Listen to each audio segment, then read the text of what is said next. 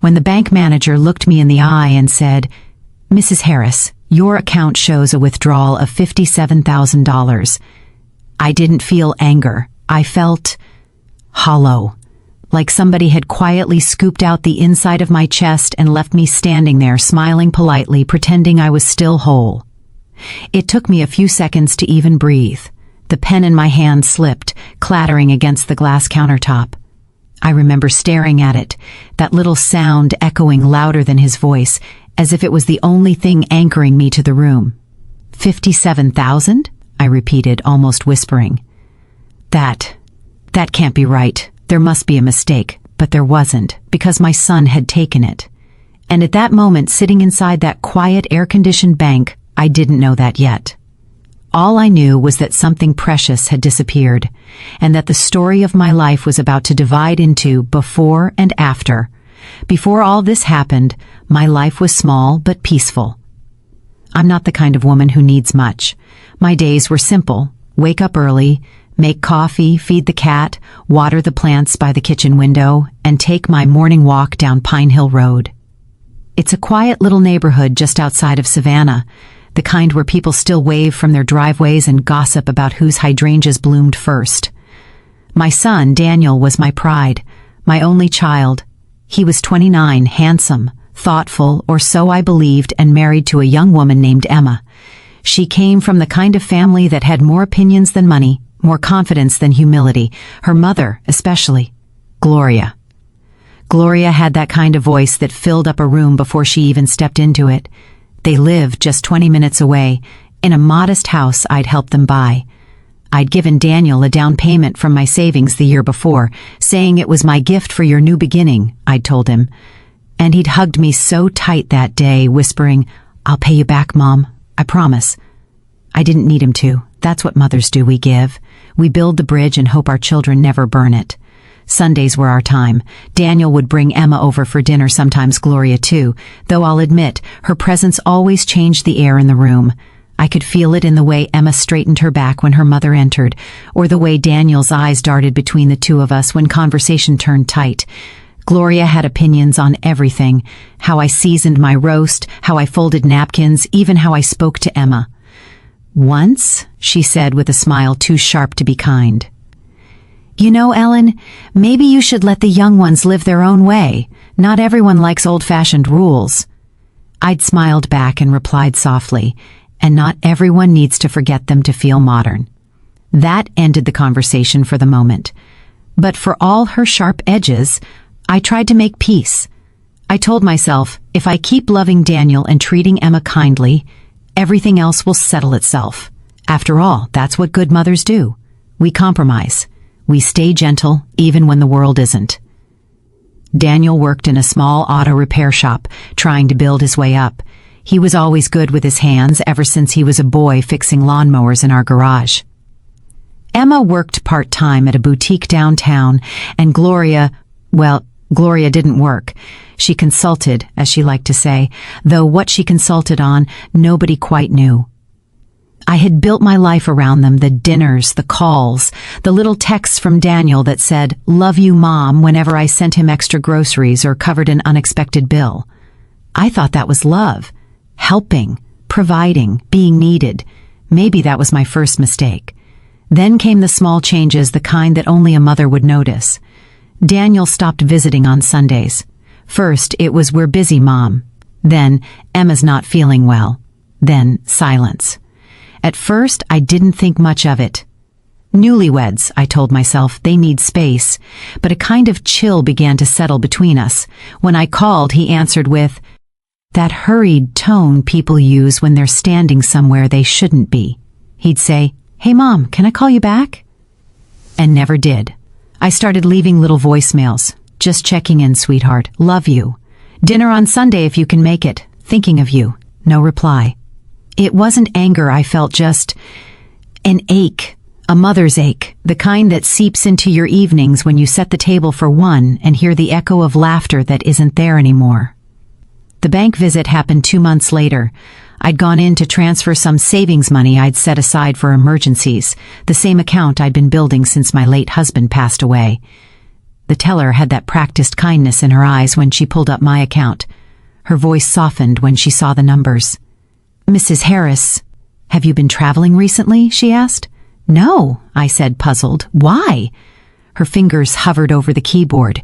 "There have been several large withdrawals over the past 3 weeks, all authorized under your name." And that's when the world slowed down. I remember my mouth going dry, my ears ringing faintly. The screen showed transactions, cash withdrawals, online transfers, thousands at a time. I said, "That's impossible. I haven't touched that account." She printed the records. Someone had been using my credentials, my card, my signature, my password, and as I stared at that paper, something cold and familiar coiled in my stomach. Because there was one person only who had access to my financial details. The one I'd trusted enough to handle the online setup when the bank updated their system last year. My son. That evening I sat in my kitchen, the clock ticking above the stove, as the light from the window turned from gold to gray. I didn't cry. I didn't call him. I just sat there, staring at the folder in my hands, listening to the hum of the refrigerator and the faint rumble of thunder rolling somewhere far off. I wanted to believe there was another explanation. Maybe he'd made a mistake. Maybe Emma needed help. Maybe Gloria had pressured him. But deep down, beneath the noise of my thoughts, I already knew the truth. My sonth boy I'd raised with love, with sacrifice, with everything I had stolen from me. And I was about to find out why. I didn't sleep that night. I lay in bed staring at the ceiling, tracing the faint cracks in the paint as if they could lead me to an answer. The rain had started sometime after midnight, soft at first, then heavy pattering against the roof in a rhythm that almost felt like breathing. When dawn came, pale and tired, I got up and made coffee I didn't drink. That's when I opened my laptop and logged into my bank account myself. I hadn't done that in months. Daniel usually helped me check statements whenever something confused me. He'd sit beside me, patient, explaining how online banking is easy once you get used to it, Mom. But that morning, my hands trembled so hard I had to type my password twice. The screen blinked to life, and there it was. Transaction after transaction, large amounts transferred to an account I didn't recognize, and a few to airline websites. Hotel bookings. The destination names jumped out at me like something alive. Miami, Cancun, Atlanta. And the dates just days ago. My pulse quickened. I clicked through the details, my stomach sinking deeper with every line. Whoever had done this hadn't even tried to hide it. It was all there, in neat black and white, the theft of my life's savings, dressed up like a vacation itinerary. I called Daniel's number 3 times that morning. Each time it rang until it went to voicemail. By the 4th try, I left a message. "Daniel, it's Mom. Call me, it's important. I need to talk to you right away." I waited. An hour passed, then 2, then a whole day. Nothing. That night I called Emma. Her voice came through cheerful at first, too cheerful. "Oh, hey, Mrs. Harris, sorry, we're a little busy right now." "Busy?" I asked softly. "Where are you, sweetheart?" She hesitated. Just a moment too long. We're out of town. Daniel told you, right?" "No," I said, my voice low. "He didn't." "Oh, well." I could hear the sound of waves behind her. Laughter, music. "We'll be back soon, okay? Everything's fine. Love you. Bye." Click. She hung up before I could ask another question. And that sound, the sudden emptiness after the click, was louder than anything else in the house. By the 3rd day, I couldn't pretend anymore. I drove to their house, hoping to find them home, to see some sign of normalcy. But the driveway was empty, the blinds were drawn, the mailbox overflowed with coupons and unopened letters. Still, I parked in front of their house and sat there for a long while. A neighbor across the street, a kind older man named Mr. Jenkins, waved when he saw me. He came over, leaning against my car window with the familiar creak of old bones. "Haven't seen Danny and Emma in a while," he said. "They left in quite a hurry last week. Looked like they were going somewhere fancy, big suitcases and all." "Did they say where?" He shook his head. "Only that they were headed to the airport. Oh, Han, there was another lady with them. You know, Emma's mama, the loud one." My heart clenched. "Gloria?" He nodded. That's the one. All three of them looked like they'd just won the lottery. The words landed heavy. I smiled faintly to hide how my hands had started shaking. "Thank you, Mr. Jenkins," I said softly. "I appreciate it." He patted the side of my car and walked off, whistling like it was any other day. Back home, I sat at the kitchen table with a cup of coffee gone cold. That was the first time I said it out loud, just to myself. My son stole from me. The words felt foreign, like a language I shouldn't have to know. But the more I said them, the more real they became. I tried to think logically. Maybe Gloria had convinced him it was temporary. Maybe Emma didn't even know. Maybe I was overreacting. Then I remembered the phone call, the laughter, the waves. No, they knew. They were all in on it.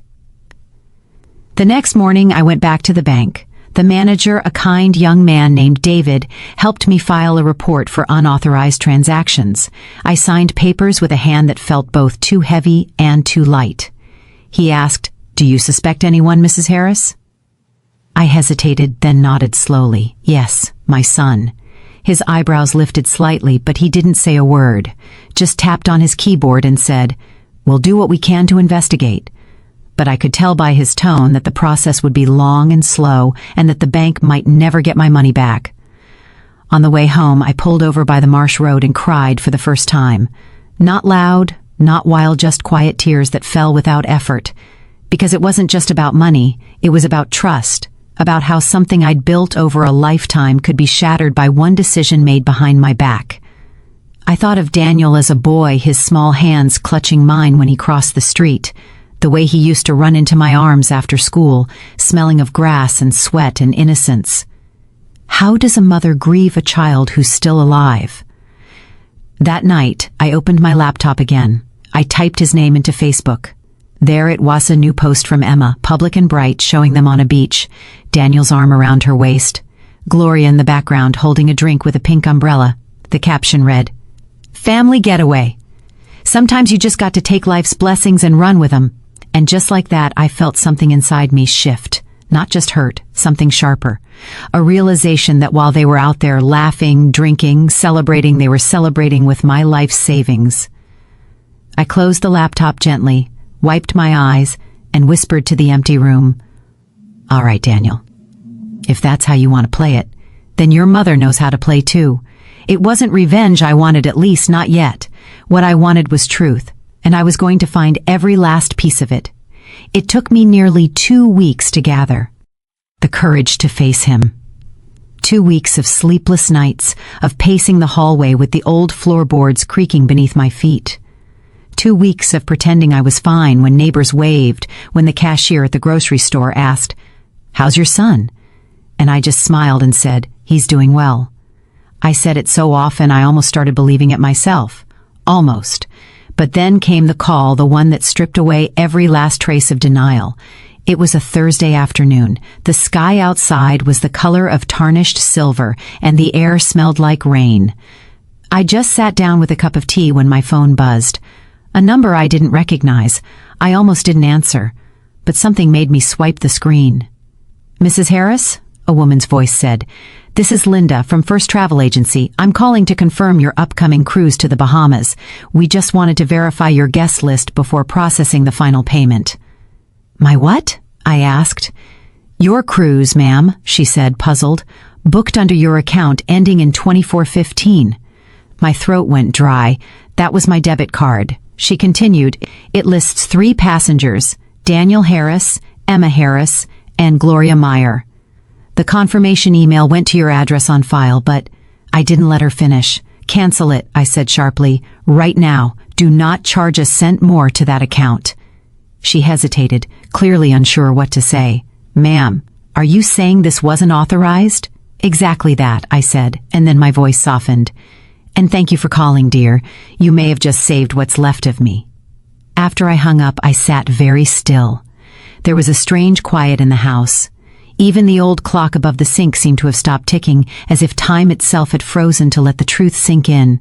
My son, my Daniel, my own flesh and blood, using my name, my bank account to fund a trip for himself, his wife, and her mother, a vacation that I was unknowingly paying for.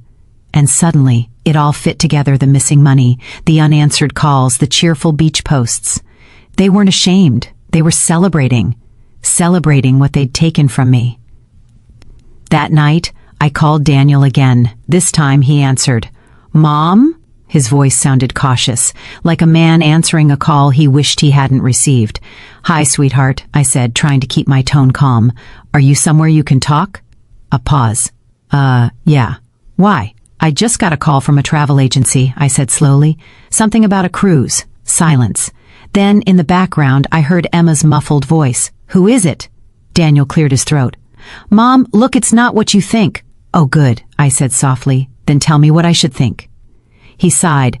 "I was gonna tell you, okay? We just needed a little help, that's all. Things have been tight, and Emma's mom offered to pay us back once we—" "Stop," I said. My voice wasn't raised. It didn't need to be. "You took my money, Daniel, without asking, without even telling me. Mom, please." $57,000, I interrupted. "That's not a little help. That's my life savings." On the other end, I heard him exhale.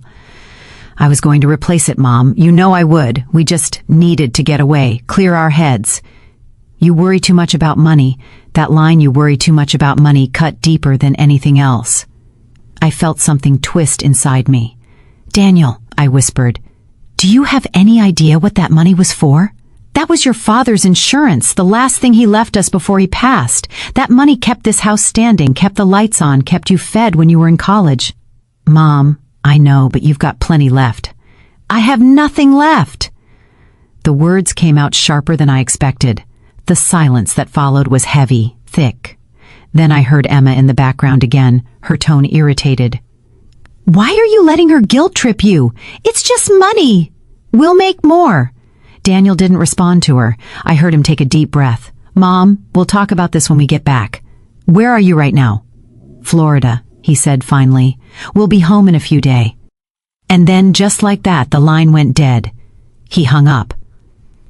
I sat there holding the phone, my hand trembling, the taste of salt on my lips, though I hadn't even realized I was crying. It wasn't just about money anymore. It was about betrayal. My own son speaking to me like I was some nuisance, his wife mocking me in the background, and that mother of hers, lounging somewhere on a beach with a drink in her hand, toasting with my money. For a long time, I just stared out the window into the dark. The magnolia tree in the yard was heavy with blossoms, their scent drifting faintly through the screen. That's when the thought came to me, quiet, uninvited, and sharp as a needle. If they thought they could steal from me and walk away laughing, then they'd forgotten who raised them. Because I may have been quiet all my life, but I was never weak. And that night, I made a decision. I wasn't going to confront them with tears. I was going to make them face what they'd done publicly, truthfully, and without a single raised voice. Not vengeance, not violence, just justice. The next morning, I called my attorney, Mr. Franklin, a soft-spoken man who'd handled my husband's estate years ago. He listened quietly as I explained what happened, then said, "Ellen, we'll file a fraud report. But before we do, you'll need to gather evidence, texts, transactions, anything connecting Daniel to the withdrawals.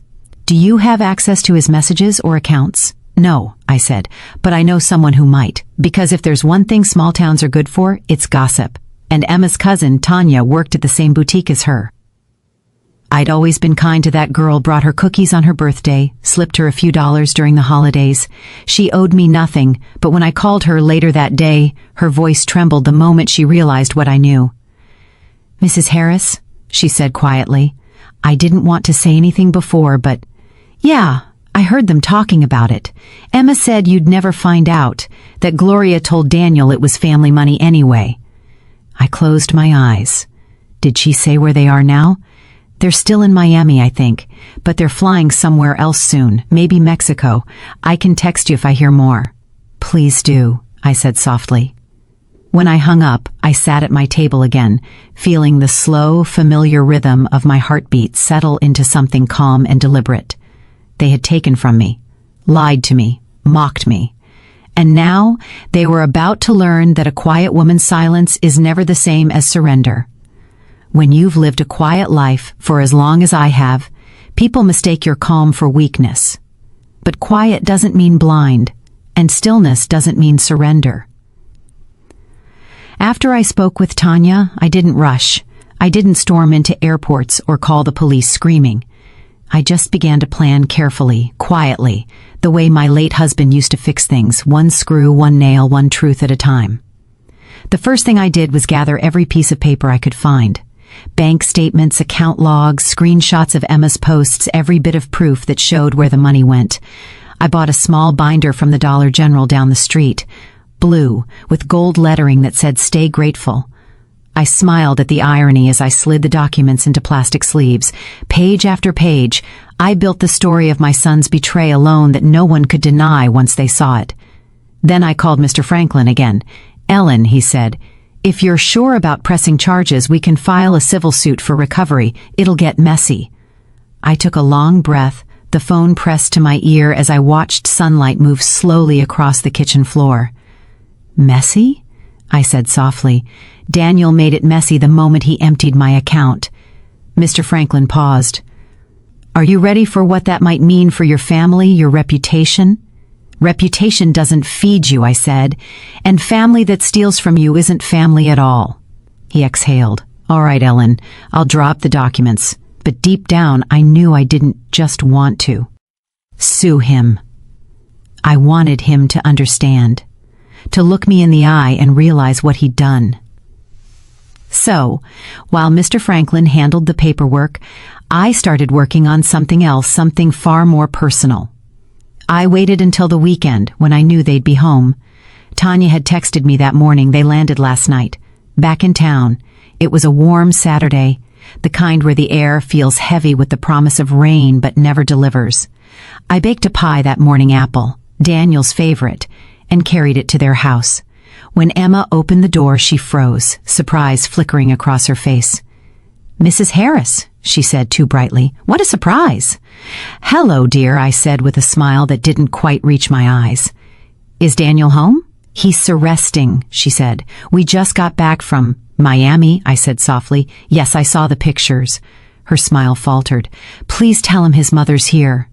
She hesitated, then stepped aside. Of course. The house smelled like sunscreen and stale champagne, the kind of air that lingers after a long, indulgent trip. When Daniel appeared, he looked older, somehow tanned, tired, but guilty. "Mom," he said, running a hand through his hair, "you shouldn't have come." "I know," I said, "but I needed to see you." He looked at the pie in my hands and frowned. "You brought food?" "Of course, I always do." I walked past him into the living room and set it gently on the coffee table. Then I sat down. He didn't. He stood there, shifting uncomfortably. "Daniel," I said quietly, "we need to talk." He sighed, sitting across from me. "Mom, if this is about the money—" "It is," I said, cutting him off. "Because you didn't just take money. You took trust. You took every bit of love I had and turned it into something I have to question now." He rubbed his face. "Mom, please, you're making this bigger than it is." "Bigger than $57,000? I asked, my voice still soft. "Bigger than stealing from your own mother's retirement fund?"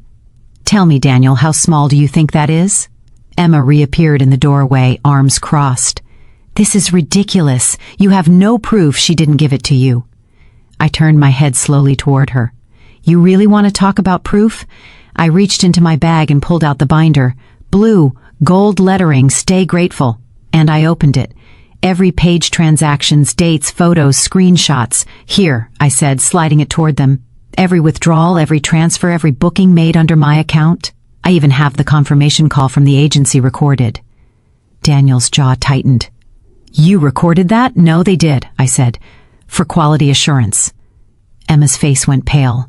I leaned back, hands folded neatly in my lap. "I've already filed a report with my attorney. The bank is investigating.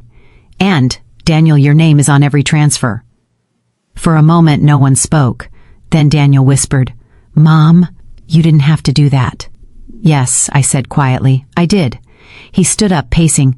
"I was gonna pay you back!" Emma lost her job, and Gloria said. I raised a hand. "Stop blaming Gloria, stop blaming Emma. I raised you better than that. You did this, Daniel, not them. You." He turned toward Emma as if looking for help, but she just stared at the floor. I could see the cracks beginning to show his anger, her guilt, the silence between them like a third presence in the room. Finally, he muttered, "What do you want from me, Mom?"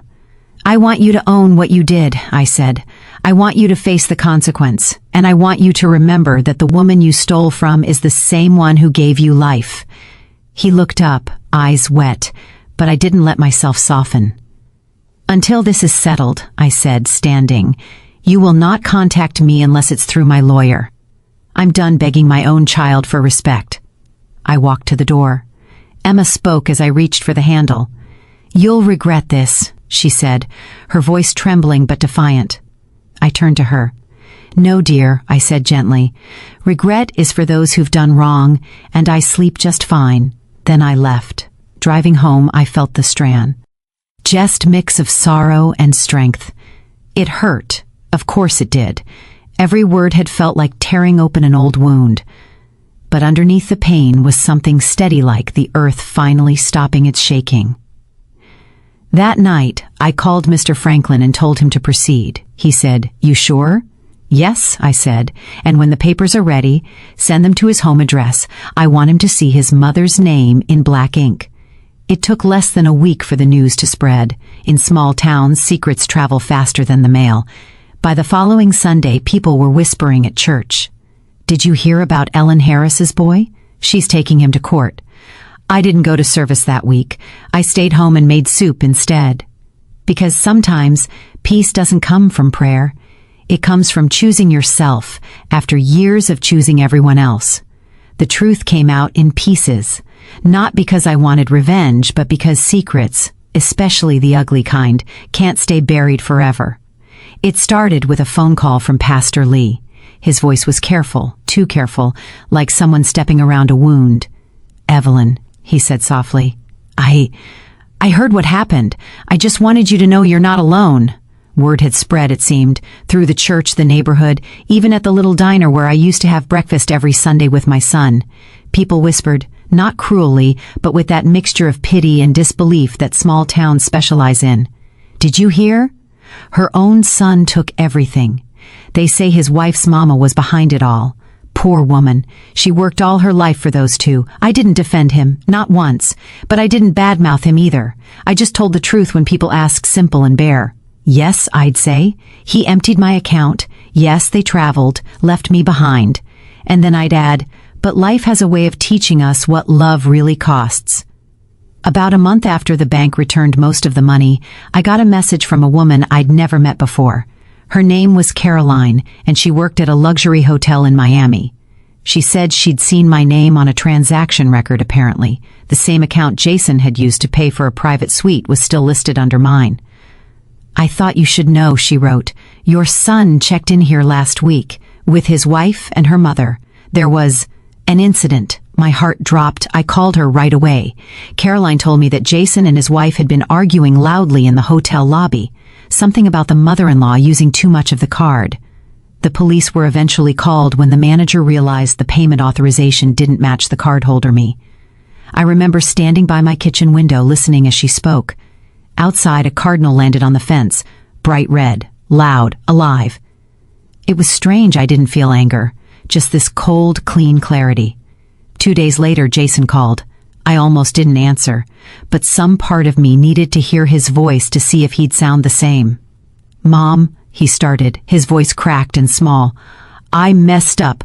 I didn't mean for it to go this far." I said nothing, just listened to his breathing. He told me everything, how his wife's mother had convinced him to borrow from me, promising they'd pay it back after some business deal, how they'd used the money to travel, to invest, to live just a little better. But it all crumbled.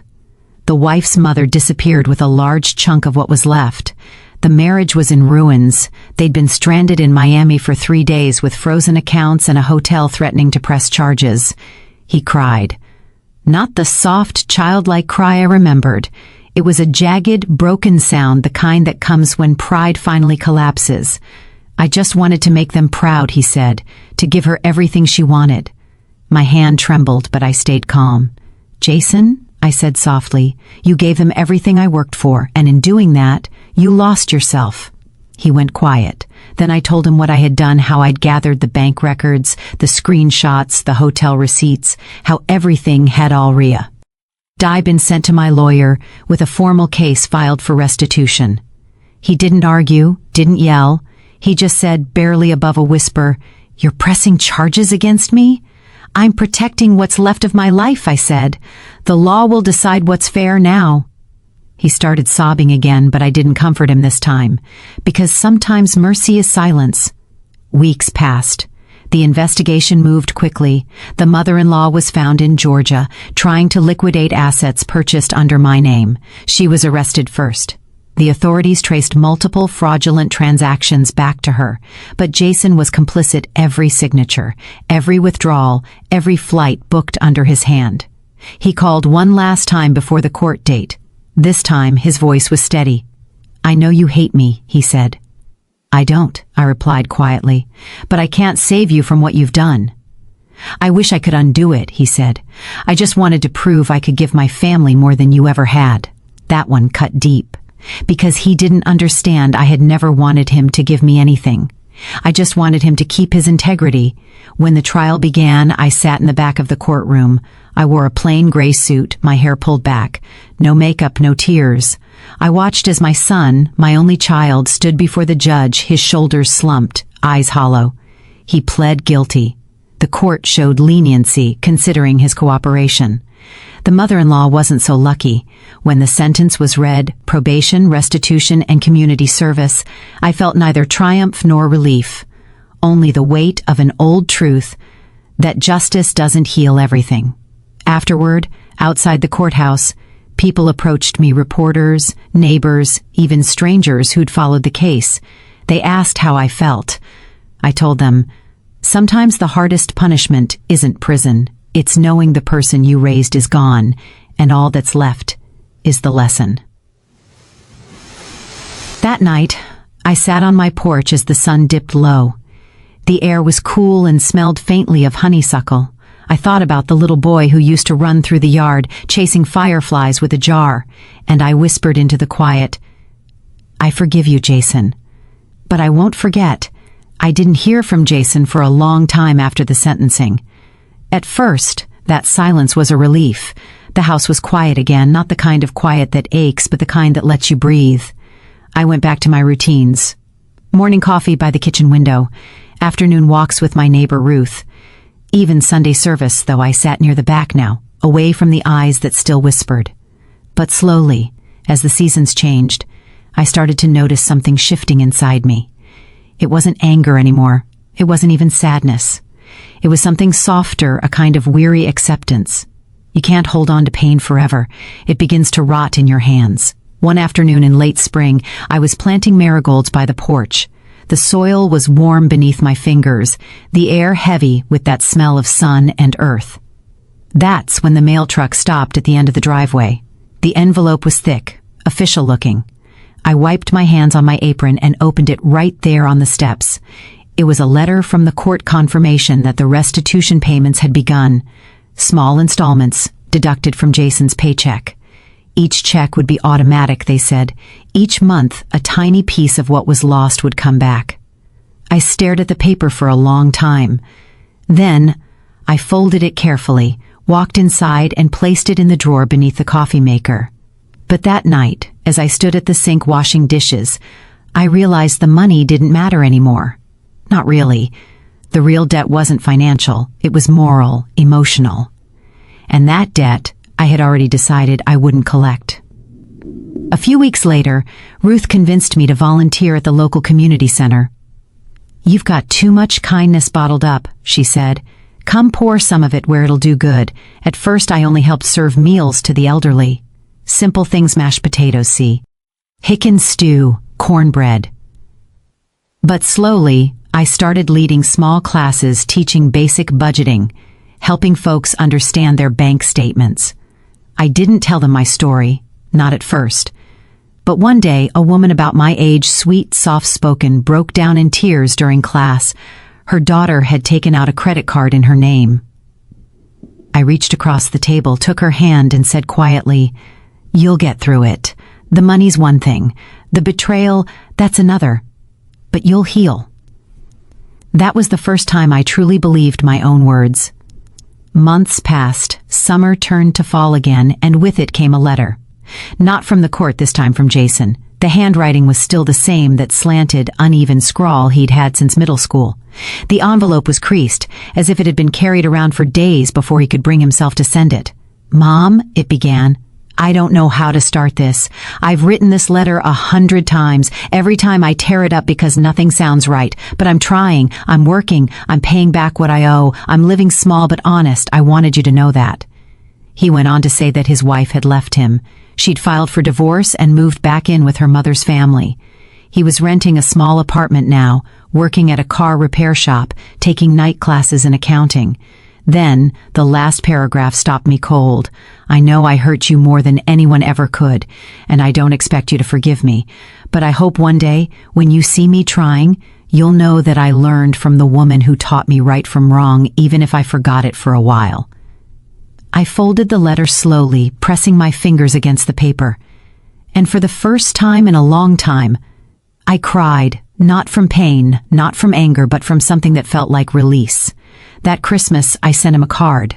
No long message, no sermon, just one line: "Love isn't gone, Jason. It's just quieter now." He never wrote back, but he didn't need to. Because forgiveness isn't a conversation, it's a decision you make in silence. The years rolled forward gently after that. I started hosting small dinners again, the kind with homemade pies and laughter that fills the whole room. Friends came, neighbors came, sometimes even people I'd helped through the community center. We'd talk about life, about the strange ways love tests us, about how sometimes the people we raise grow into strangers, and sometimes those strangers find their way home again. One evening, after everyone left, I stood by the window watching the porch light flicker against the dark. I thought about how life had turned out. Not perfect, not what I once imagined, but still mine, still peaceful. And I realized something simple, something I wish I'd understood years earlier. You can't choose what people do to you, but you can choose what stays in your heart after they've done it. I chose peace. I chose to live, not linger. Now, sometimes when the mail comes, I still see that small deposit slip another bit of restitution from Jason's paycheck. I don't spend it. I keep it in a little box marked someday. Maybe one day when he's ready, I'll hand it back to him, not as a refund, but as a reminder that love, real love, can survive even the worst betrayal, not by forgetting what happened, but by choosing to keep your dignity anyway. You know, people always ask me, "Evelyn, how do you forgive something like that? How do you let go when it's your own blood who hurt you?" And I tell them this forgiveness isn't saying what they did was okay. It's saying you deserve peace more than you deserve revenge.